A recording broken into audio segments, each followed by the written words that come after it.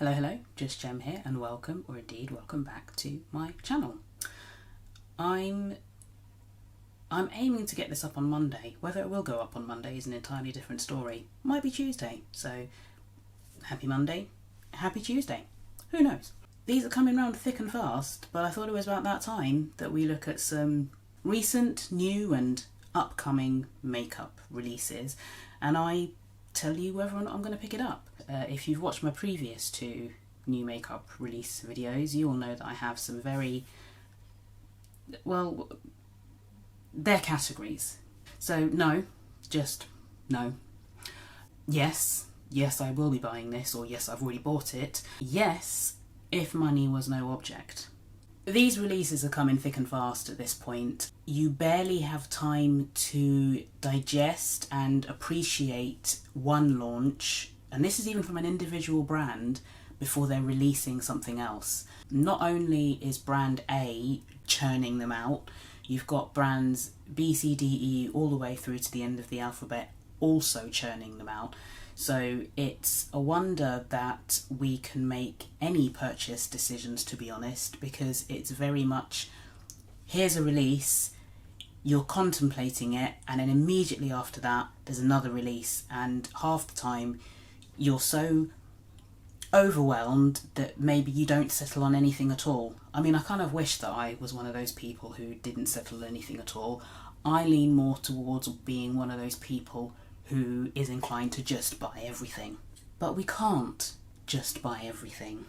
Let's have a look. So I've shuffled over to the side. I've demoted Kitty because I have a feeling that that's one of the reasons that my camera was getting distracted. So Kitty's there now.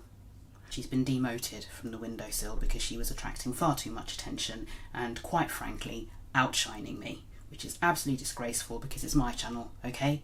Not Kitty's. Let's start at the very beginning. I don't know how much stuff you can get away with singing or how much music you can get away with putting in your videos before you get copyright stricken.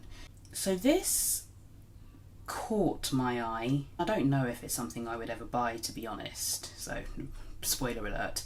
But L'Oreal have got these True Match Lumi Le Glace highlighter sticks, and they've got 3 shades that are glassy and 3 shades that are glowy, and they just look quite interesting. I don't know what the price point is. Would I buy it? No, I wouldn't, but it does seem different, new, so I just thought I'd share that with you. But I wouldn't buy it though. I wouldn't buy it. Beauty Creations Cosmetics has come out with a Bratz collection, and it feels a bit like deja vu because haven't Colourpop just done that? And no shade, but I almost feel as if Beauty Creations went to Colourpop and said, can I copy your homework? And Colourpop said, yes, but change it up a little bit. I didn't get the Colourpop version of this because I just recently placed an order where I picked up the Stranger Things palette, chapter 1, and I think I might have just placed my order and then this was announced. Had I not placed that order, I may well have actually picked up that palette. I'm not keen on unusual shapes. I mean, we've covered this. Do I have one to hand? Yes, I do. It's right in front of me. But we've covered this. Funny shape packaging. I don't like it. I don't like it. Give me a square, give me an oval, give me a circle. Give me a hexagon or an octagon. I can go for that. But when you start throwing in star-shaped pans, or actually, to be fair, when it comes to eyeshadow pans, I think I just want circles and squares. I can handle a rectangle. But I don't know, I just feel like stars or anything other than those standard shapes ends up just looking a bit tacky, to be honest. That's how I feel. So this collection, no. Just no. Right. Right. Now, this is controversial. So these have been out for a while. These are those Patrick Tar duos. I apologise, I may well end up going on a little tangent here, and it's not a rant as such. Items in general, I would say, have as much value as you place upon them, basically. So there could be 3 people, and there could be a 15-pan palette, and it's being sold for £40, give or take $50. Person 1 could look at that palette, look at the shades in there, look at how many multi-chromes are in there, and say, absolute bargain, I'm going to buy it. Person 2 could be like, $50 for that? Absolutely not. And then a third person could be like, I think that's decent value, maybe a bit out of my price range, but I really like it, so I'm going to get it. So it's been really interesting to kind of see the outrage almost at the price of these Patrick Tar duos. Some people in the camp where they're defending the price. I mean, even Patrick has come out and, I mean, he was talking about pearls, and I think the lipstick lesbians were talking about slurry and all sorts to justify the price point, and then comparing it to other shadows, like I think Charlotte Tilbury charges, I don't know, $30 for just one, and no one seems to bat an eyelid, but when Patrick tries to charge $42 for 2, everyone goes batshit. So yeah, it comes down to, do you think it's worth it? And a lot of people are very much in the no camp. They don't think it's worth it. Do I think it's worth it from what I've seen? No. I mean, having said all of that, I am in the camp that for 2 shades, that's a lot of money. It is a lot. And I almost feel like you're paying for the packaging a little bit as well. And I don't think someone like Patrick Tar, who's had issues with poor quality and mould in the past, can get away this early in the period of his brand, considering the negative things that have happened not that long ago, and justify 2 shades for $42 or £37, however much it is in pounds. I've seen the swatches and they're not all that. There's one gold which looks beautiful, but I'm not going to spend £37 just to get that duo for that one gold. And I did see, even my eye was drawn by that one gold, and then I saw Robert Welsh review them too and talk about whether the price point was justified, and when he sort of swatched it, and I was almost really tempted to buy that one duo, and I thought, no, you can buy an entire eyeshadow palette for that, don't do it. I mean, how many Beauty Bay palettes could I buy for that? So that's a very long-winded way of saying no. And would I put it in the if money was no object pile? Possibly. I think my curiosity has piqued enough to put it in to the if money were no object pile. But generally speaking, it would just be a no, because I think that that's a lot of money to shell out on 2 special shimmers, which to me don't appear to be all that special. To me. So these brushes from Spectrum Mini Alice in Wonderland collection, I've never got on with Spectrum brushes. I love the designs that they come out with, and I have a few. I remember I bought the Mean Girls set, and there was a point where Spectrum was like super popular, and I was gifted quite a few different sets. They're all right, but I think there are better brushes out there. So give me a Sigma brush or a Refa brush. Despite the fact that Refas shed, I still like the way that they apply my makeup. The number 4 for my blush, that's like my go-to for my blush, and then 1, 2, 3 and 13, 14, 15 for my eyes. Love it. But this one, I love the design, I really do. I think that's striking. I think it's super cute, but I'm not overly keen on Spectrum brushes. There are brands that I would buy before Spectrum. It would be interesting to know if their quality has changed, but to be honest, I need brushes like I need a hole in the head right now, so no. Glamlight. So remember how I was talking about companies spaffing out releases? Good grief, what have they done? I mean, okay, we'll talk about these together. So it's not just the Trick or Treat, which I think it's a Halloween launch, but that's a really nice neutral all year, like warm neutral all year round palette. And that is something I'd be interested in. The items for the rest of the collection, not so much, but that palette has caught my eye. They've also got that Friday the 13th collection, which again I think is a beautiful colour story. The bit of overlap with that Trick or Treat palette, and it does appeal to me. It's like I think I put it on my community post, it's like a big sister almost to that Frosties palette. So you've got like the bubbly, outgoing, bold, cutesy little sister in Frosties palette, and then you've got like the mature, somewhat moody older sister in the Glamlight Halloween 2 palette. But then in amongst all of that, there's also the Coca-Cola palette, like the Coca-Cola collection that they've launched, and it's just too much. Like, so as I say, by the time I don't even know which one came first. I think it was Coca-Cola, because I feel like I've covered that in my previous video. So they launched Coca-Cola, and just while you're considering whether or not to buy the Coca-Cola palette, then they launched the Friday the 13th palette. So you forget about the Coca-Cola collection, and then you start considering this, and while you're thinking about that, they then drop the Trick or Treat collection. And I don't think Glamlight are doing themselves any favour by pumping out products like this, because you run the risk of people not buying anything, and maybe they're relying on you being so bamboozled that you just panic and you buy the whole lot. Maybe that's their tactic, but I find it a bit overwhelming. For me in the UK, getting Glamlight is tricky.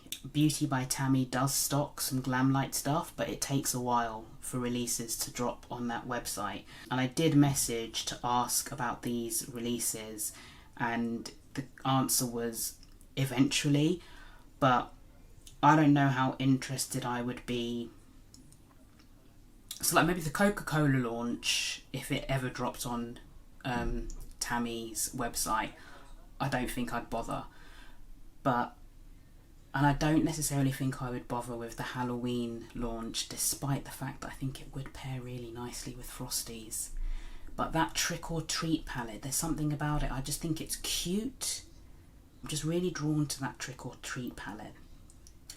So that would be a yes. I mean, I'm getting this is not a set category here, but yes, if it comes to Beauty by Tammy. Maybe I'll put both in yes if money were no object, because part of the issue I haven't already placed an order is just because of the sheer expense of getting Glamlight products to me. So I'm going to put them in yes if money were no object. I think that's the most fitting category.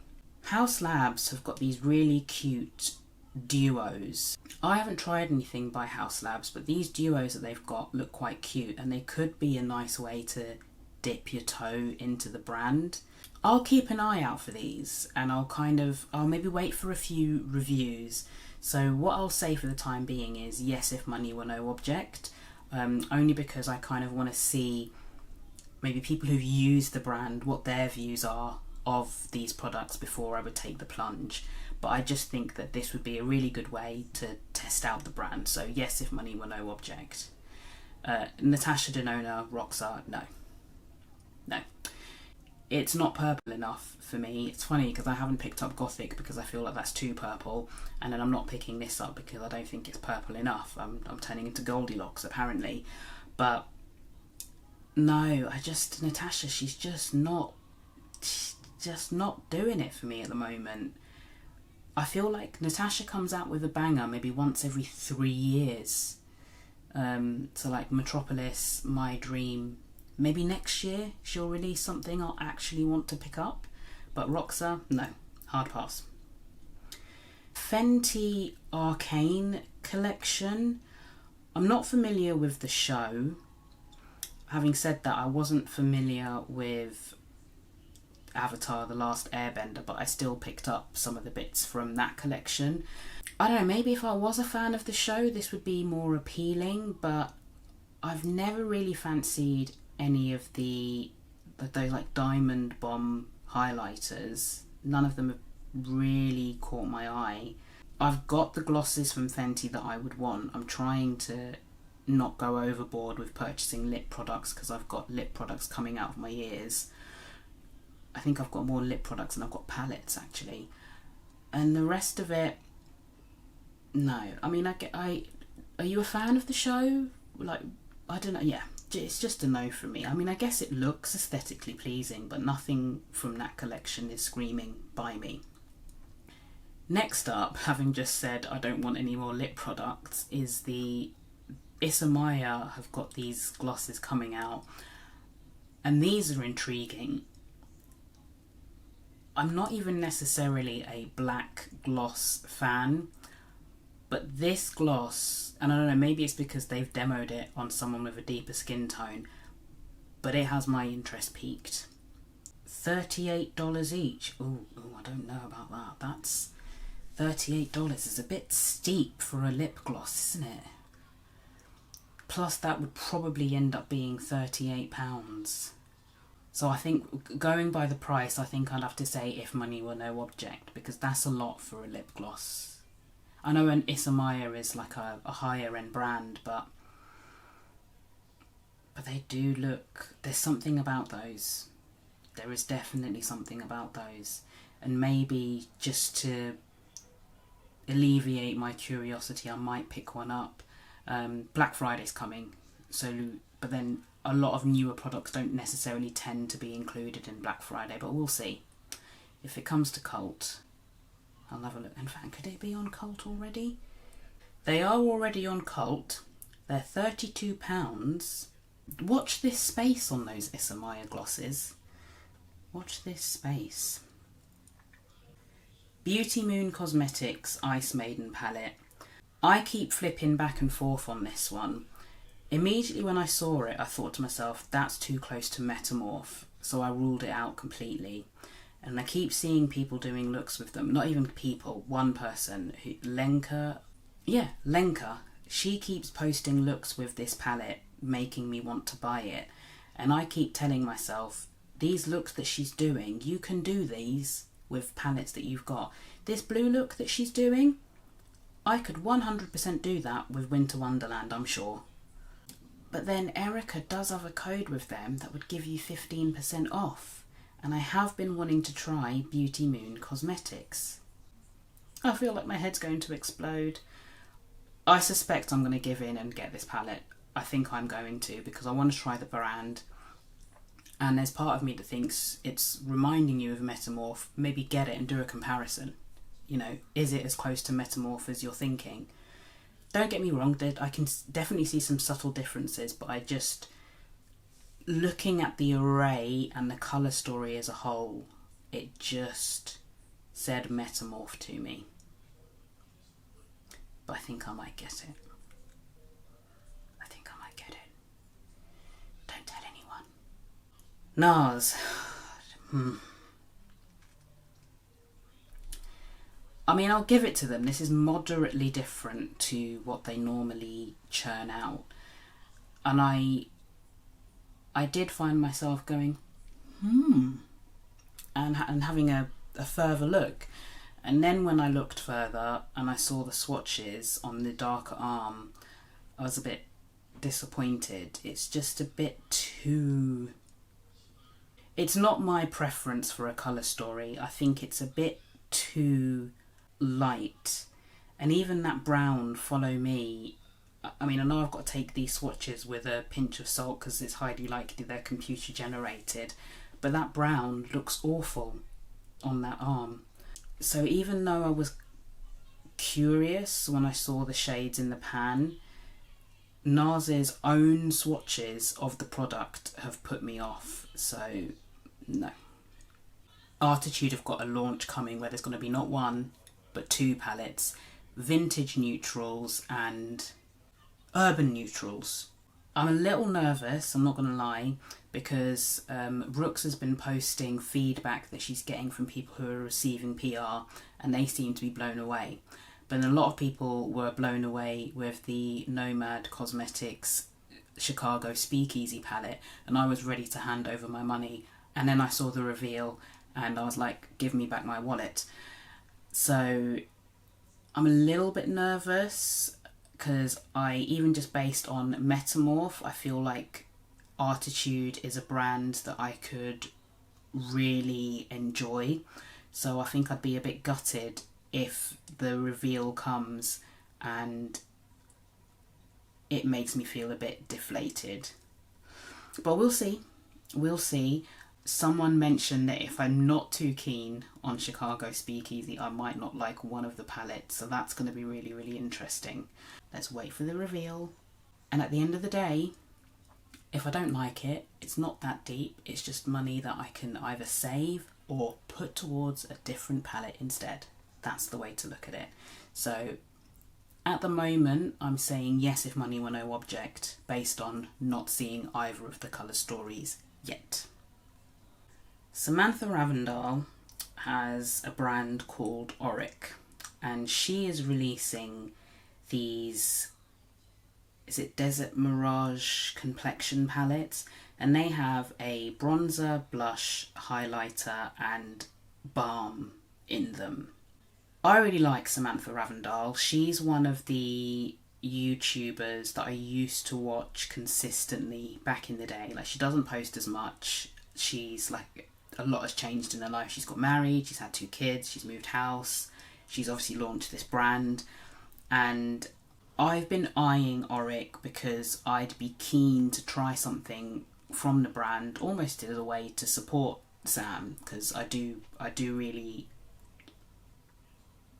like I'd mentioned about some of the people I watched when she was doing makeup reviews, she's someone whose opinion I would appreciate. So when I saw these, I thought to myself, maybe this will be that Auric product that finally makes me take the plunge. Then I saw the $88 price tag, plus the fact it's not going to be available on Beautylish, and I recoiled slightly. This is something that really intrigues me, but at the same time, having tried a product like Made by Mitchell's Curve Case, which I think you can currently get off the TikTok shop for £13.80 or something ridiculous like that, I don't know if my brain can compute spending $88 on 4 cream products, like 4 cream shades within a product. And obviously I get it's you're comparing apples and oranges here.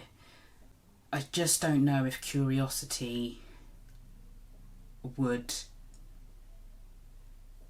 get me enough to want to splurge. So I mean, it's going in yes if money were no object, because I think if I did have a bottomless well of money, I would go for it. But $88, and that's not even considering potential taxes I'd have to pay on top, plus shipping to the United Kingdom. I think that's a bit too much. It was kind of disappointing of Sam, because given her stance on Hourglass back in the day, the deepest palette that she's released has been very poorly marketed.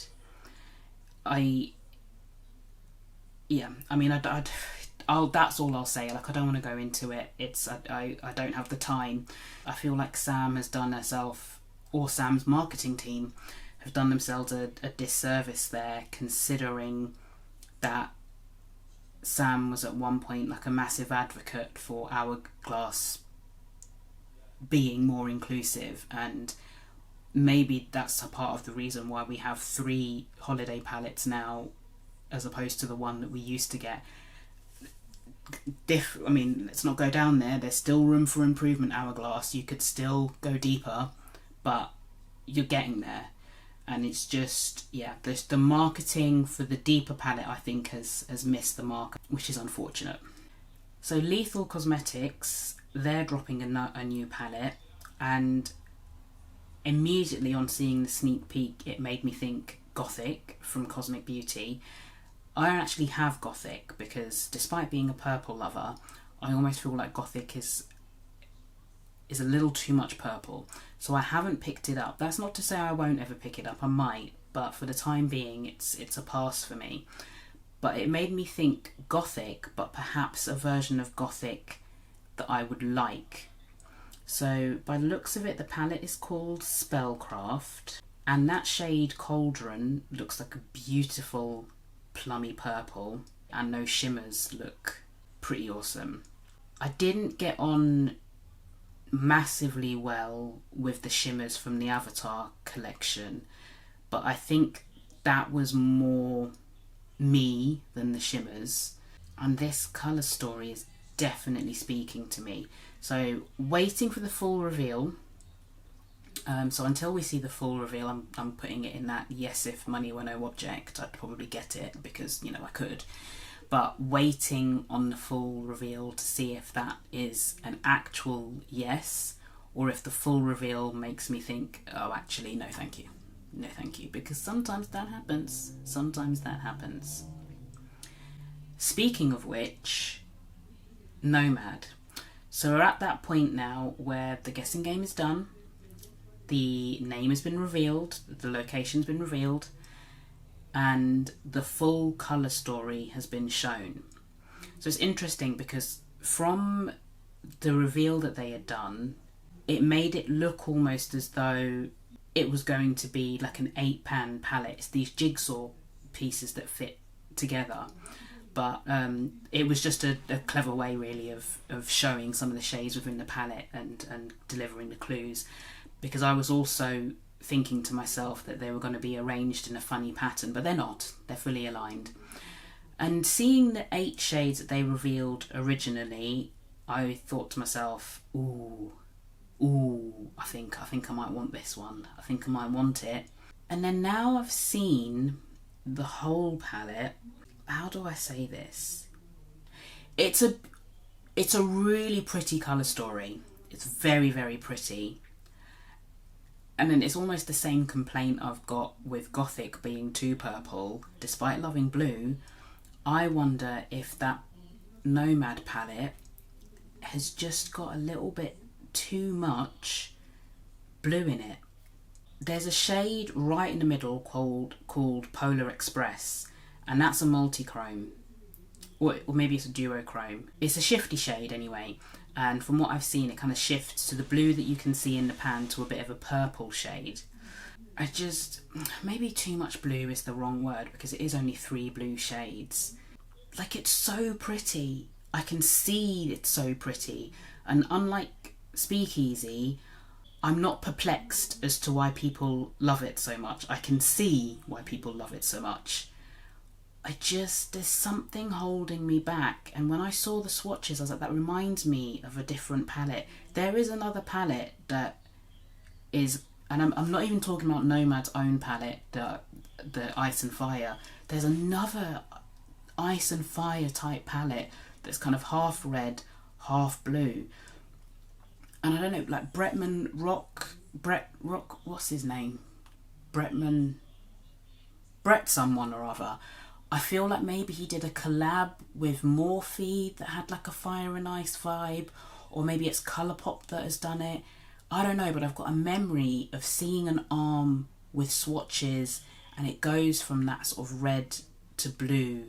It's like looking at those red shades, like if I hadn't have just done that earthy look with Erica, I almost feel like I'd have gone for this more because I wouldn't think to myself, oh well, I know I've got those shades because those shades are in earthy, and then the bluey shades that are in here, I know I've got those shades, they'll be in Winter Wonderland. I'm gonna sandwich this right in between yes and yes if money were no object, because I really, really like that colour story. I don't know, I feel like I can't justify getting it. I feel like it wouldn't be sensible. Viseart, I put this in mainly because I have bought from Viseart before. I've got the Bijoux Étendue. It's a colourful one. Like, I really like it because it's quite broad and you can do a neutral look and you can do a colourful look. The colours are all pigmented. And I really like that palette, and so I always keep an eye out for what Viseart put out. And they've got the Luminous Étendue, which looks pretty, but I think take away that green shade and it's boring as... With the green, ooh. Without the green, ooh. So no. I think that's the thing with Viseart. Some of their colour stories are just a bit boring, apart from that Bijoux one. That one was good. Nothing else from them really has piqued my interest. So this has been out for a while now. It's the Pastel Roses, and they're a UK indie brand. And I might still pick this up. The Pumpkin Spice palette. I think it's one of those, it falls into that trick or treat from Glamlight category, where it's a Halloween themed palette, but it's a really pretty palette that you could use all year round. And I've got the swatches up on the screen now. Those special shades, I'm not even a pink lover, but that shade Pink Dust looks beautiful. I mean, it's a still image, so I can't see the shifts in that. But Pink Dust, Glamour, Cutie especially, they look like they could be some beautiful shifty shades. I think I might get that. It's one of those, I don't know if I have one big final blowout for 2024 and just buy like 50% of all the palettes I'm eyeing up, and then for 2025 get really regimented in what I'm buying. I'm trying to look at the pattern of makeup releases, but I can't keep up. Blend Bunny have just changed their logo again at the same time as Glisten have changed their logo, so obviously they've got something cooking together. And I'm like, you just released Divination, Blend Bunny. Let Robert have his moment. I feel like they did exactly the same thing to Taj and Ellis, in fact. It was like, here's the Ellis palette. You've got it? Yep, okay, brilliant. Here's the Little Miss palette. Here's the Divination palette. Like, let us savour it. Let us enjoy it. Let us fall in love with these palettes, so that when you release the next one, our immediate thought is, I've been using blah blah blah for however long it's been, I've really enjoyed it, I really like the formula, so I am going to buy that. Let people digest. I feel like brands are doing the most. We don't have infinite amounts of money, and it's just confusing to keep throwing all of these releases out at us all at the same time, or within very, very quick succession. Like, I know this time of year is a bit different. I think everyone's trying to make the most of the fact it's holiday season, whether it's Halloween, Thanksgiving, going into Christmas. So there's a lot of Halloween-y releases, a lot of releases that they're trying to get in for the holidays. They're timing it to coincide with sales, because they know that if you do a release but you're not quite prepared to pay full price, Sephora's going to have a sale, and suddenly with 20% off of your rouge, it's that much more appealing. And they're all competing with each other, trying to be the gift that you buy, that you shove in someone's stocking, and it's just too much. Just maybe have a rota. Can you just have like a meeting together and just be like, right, you guys can release stuff in January, and you do it quarterly, so if you've released something in January, you're then not allowed to release anything until April. You know, do 3 palettes a year. We don't want 10 palettes a year. We don't need 10 palettes a year. Stop overwhelming us with your palettes. Stop it. Stop it. Okay? Stop it. Ridiculous. Too much. Love an eyeshadow palette, but too much of a good thing. I think this might be the last one, and thank God for that, because I'm running out of steam and I'm hungry. Odin's Eye Christmas launch. Props to Odin's Eye for not dragging out a reveal, but at the same time perhaps give people a bit more forewarning so they can budget accordingly, because I think it was kind of like, we've got a palette coming, we're going to reveal it tomorrow, and then it's going to be on sale on Sunday. And we were like, oh right, okay. Odin's Eye have done Christmas palettes in the past, so we know Odin's Eye are probably going to do Christmas palettes in the future, but still, maybe a bit more lead up time would be nice. Like, I don't need you telling me in July that you're going to do it. Maybe 2 weeks notice. You know, they ask for 2 weeks notice at jobs. Give us 2 weeks notice for a palette. I think that's fair. Rosy Jingle, too pastel for my preference. Silvery Bells, on the other hand, that I could be tempted by. The only thing is, I've just picked up Skulls and Roses from Kyma Cosmetics, and I think they'd be too similar to justify having both. Christmas Eve, Merry Christmas, Hey Reindeer, Snow Dream, which they're re-releasing, by the way, and those aren't the palettes people want re-released, Odin's Eye. People want Christmas Eve and Merry Christmas. I feel like they'd almost be better off re-releasing those two every year. I don't think Hey Reindeer and Snow Dream have done anywhere near as well. I remember I was tracking the sales of the 4 palettes, and you could kind of, there's a hack to see how many palettes they've got left in stock, and Merry Christmas and Christmas Eve sold out pretty quickly again. I think everyone who missed out the first time wanted it. People wanted backups, and then people who were like new, potentially hadn't seen either palette before, were buying it. Hey Reindeer and Snow Dream didn't get as glowing reviews, so it's odd to me that those are the two that they've chosen to re-release. In fact, I don't think Hey Reindeer ever sold out. I think it was still in stock. Maybe I should recheck now if it's still in stock. But I don't know, maybe they'll have taken it off now in preparation for re-releasing it. Yes, the Snow Dream is sold out at the moment, but Hey Reindeer you can actually buy at the moment, so I don't think Hey Reindeer ever sold out. So I don't think I will pick up any of these palettes anyway, even though I'm kind of wanting to get Hey Reindeer to complete the collection, and Silvery Bliss is nice. There's something about Odin's Eye's palettes lately that haven't been wowing me. I feel like there's always been something missing. And I watched Annette's Makeup Corner, her review, and she's commented on how the formula isn't the same. Like, she had issues with skipping, and she zoomed right in and you could see the skipping that was happening with the shades that she was laying down. It's interesting because no one who gets PR from Odin's Eye seems to have commented about the change in quality apart from Annette. That's why I like watching Annette. I think that she's one of the few people who gets PR who is 100% honest when she gets them. I mean, she's collabed with Odin's Eye. She knows the brand, she's familiar with the brand, and is quite happy to call them out basically if their quality is going to be subpar. So I appreciate Annette for saying that. And I think that's probably one of the reasons why I'm less inclined to pick something up from Odin's Eye. Having said that, there's a good chance I will pick up the mystery box when they release it around Easter time next year. If I got Snow Dream again, I'd be very unhappy. But that's the gamble you take when you order a mystery box. So I think I'd rather have like a yearly tradition of buying an Odin's Eye mystery box rather than buying any of their palettes throughout the year.